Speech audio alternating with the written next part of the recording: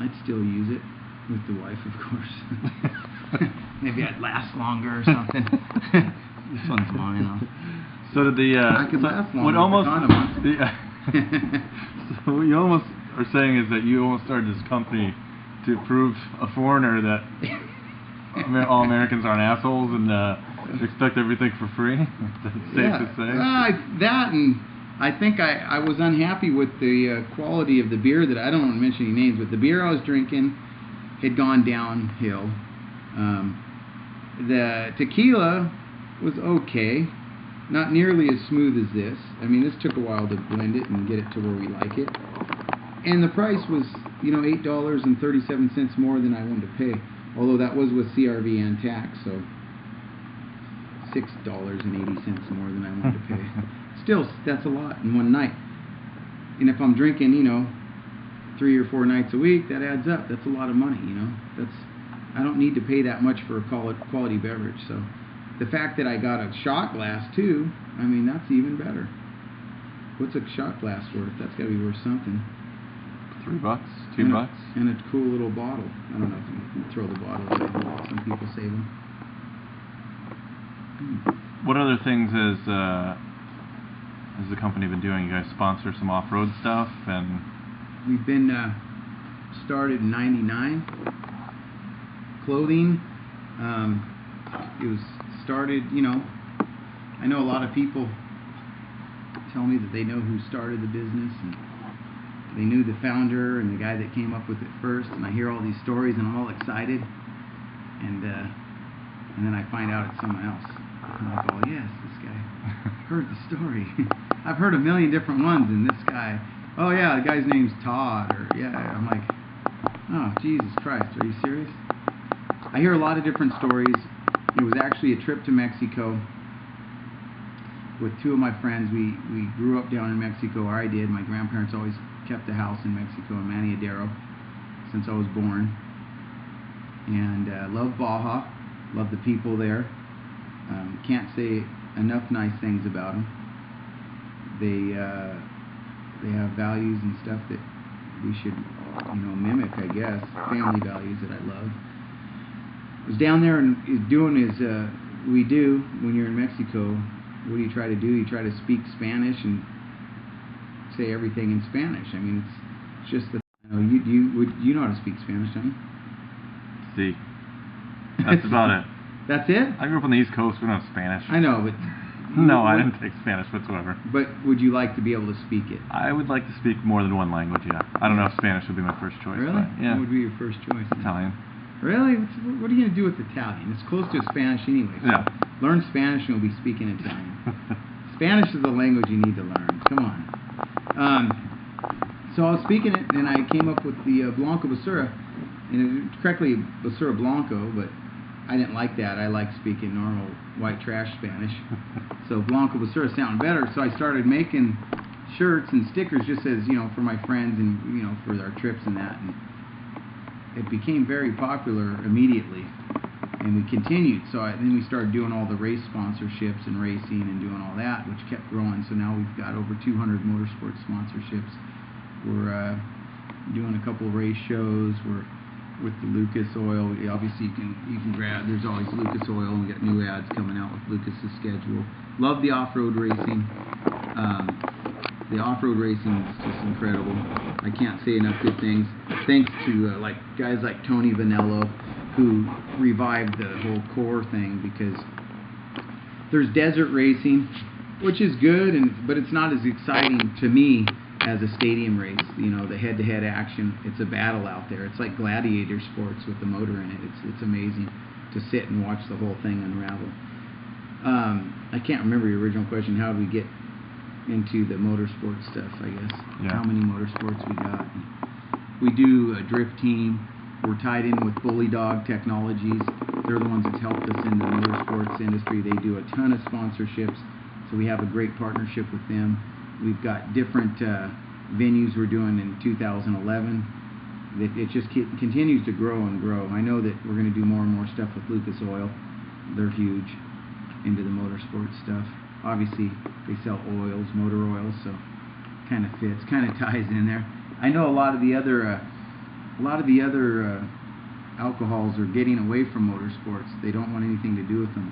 I know that Heineken bought out Tecate. Heineken does zero motorsports. I know Anheuser-Busch and all the other ones are cutting way back on motorsports. They're owned by someone else now.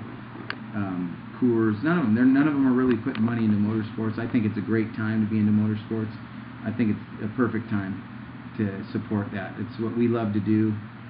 My number one favorite thing to do is either race or go to the races or support the races. That's what I'm all about, 100%. And you drink a ice cold beer after the races? I usually drink them during, while I'm at the races racing. Sometimes you'll see a straw going in my mouth. It's definitely beer. The beer on the left side and the whiskey's on the right. It's just a straw. What so you're the whiskey guy out of the whiskey or tequila? What's whiskey. I'm a whiskey guy. I love the whiskey. I love the tequila, don't get me wrong, but I love whiskey. Licenses I have to deal with. Yeah. What is it like starting a company that, first of all, shouldn't have been possible, and what did you run into that you thought was harder than you thought it was going to be, and what was easier than you thought it was going to be? Well, the not knowing or not really having an education, high school or college, didn't know what I was up against with the government. I went to ABC in Salinas, and I took this, and I had these Coors cans in there because they were the right height, and I had a little plastic thing and all that. They reviewed it all and realized there was no reason why I couldn't. The only thing that I figured out was that I thought there was only one, there's multiple ABC offices throughout the United States that all worked for ABC. I didn't know they're individual county by county, state by state, and that there was other issues involved in that. For instance, Texas took us 6 months, and Texas, I can't even tell you how many different label approvals. Texas has been the toughest state by far. So here I go into this whole project 6 years ago with ABC approval out of Salinas, California.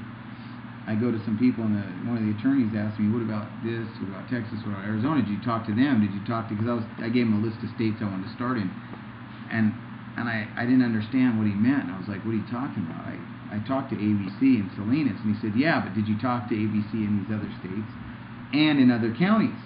And I was like, talk about just sleepless night waiting to hear back from him. I had no idea. I don't know what the hell I'm doing. I called it.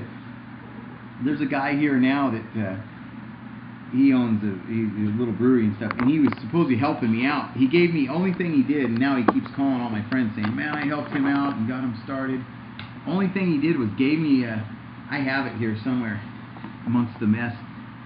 He gave me an attorney's number. The guy would never call me back. I called the guy like 10 times, the ABC attorney. Never called me. That was the only help he gave me. It was amazing. I'm like, your guy never even called me. So it took, I know a lot of people have been watching this for, 5, 6 years. If they see how many permits and how many, I'm a manufacturer, I'm an importer, I'm not a distributor, but amongst those, I've got 3 different products with 3 different label approvals. We don't have label approval on the box, but we do have to get approval from 4 different divisions to get it over the border, including like where everything is on the packaging gets. They check everything on the packaging. It's not TTAB or ABC or any of those. There's just so many customs, and I can go through this. There's 4 pages right now, 4 pages of just label approvals. That's only like 1, 2, 3, 4 states. That's only 4 states, and then you get into all the ABC, the TTAB, we have a huge list of what do you call the government checks the product. What is that? TTB? Huh? FDA? TTB? FDA approval state by state. Some states take all the products done and then they go back and test them. Some states have to change the alcohol content. Some states, it's just, by January 1 we'll be in 12 states. We started in September. We'll be in 12 states by the first of the year. We have a full bud network. every one of those states adds up to, on average, 1, 2, 3, 4, 5, 6, 7 to 9 different permits per state. So start adding that up, and I have to maintain all those permits and licenses. In every state I go into, they just keep adding more and more. So it's a mess. I never understood how much paperwork was involved until I started doing this. And we have a whole team of people, including attorneys, that you got to visit one of them. He's just one facet of it. I think we have 5 different attorney firms working on this. We have Holland & Knight, who is what I consider the #1 alcohol attorney in the country. I know they're rated #1, but they take care of a lot of stuff for us. Then we have RMKB, Jesse Love III, who does all of our intellectual property rights, our patents, our trademarks, the things. This is, I don't know, 1, 2, 3, 4, 5 trademarks, 2 all the labels and all the artwork's pretty heavy. What was the easiest part? What do you think? What's the most gratifying part? The easiest part? Crying myself to sleep at night. The most gratifying part was being the first one in history to sell alcohol and beer together. That many years, that many struggles, to literally go in the store, see people buying it, buy one, and look at the labels, the can, the packaging, open it, drink it, and just go, wow, it's here, it's official, it is legal. Because even until it was done, I couldn't tell you 100% that it was going to work, you know. And I waited 5 years before I took any help investment-wise and spent a ton of money. And because I wasn't sure if it was going to be legal or not. It seemed like it was, and I wished it was. I wanted it worse than anybody. But until then, how can I honestly say that that's legal? It hasn't been done. I thought maybe out of the blue someone would come up with something and run up right before I bought it and